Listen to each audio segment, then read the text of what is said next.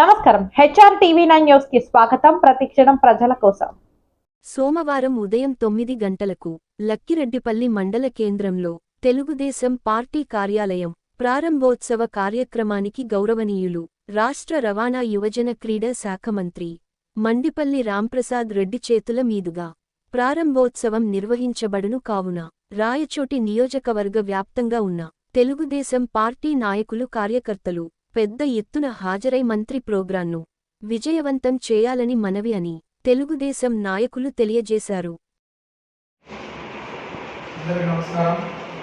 రాయచోటి నియోజకవర్గ తెలుగుదేశం పార్టీ కార్యకర్తలు, నాయకులు, మండిపల్లి అభిమానులకు నా ప్రత్యేక ఆహ్వానం.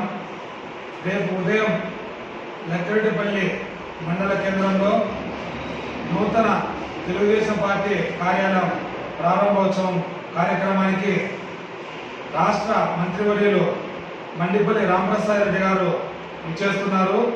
ఆయన చేతుల మీదుగా రేపు ఉదయం 9 గంటలకు కార్యక్రమం జరుగుతుంది.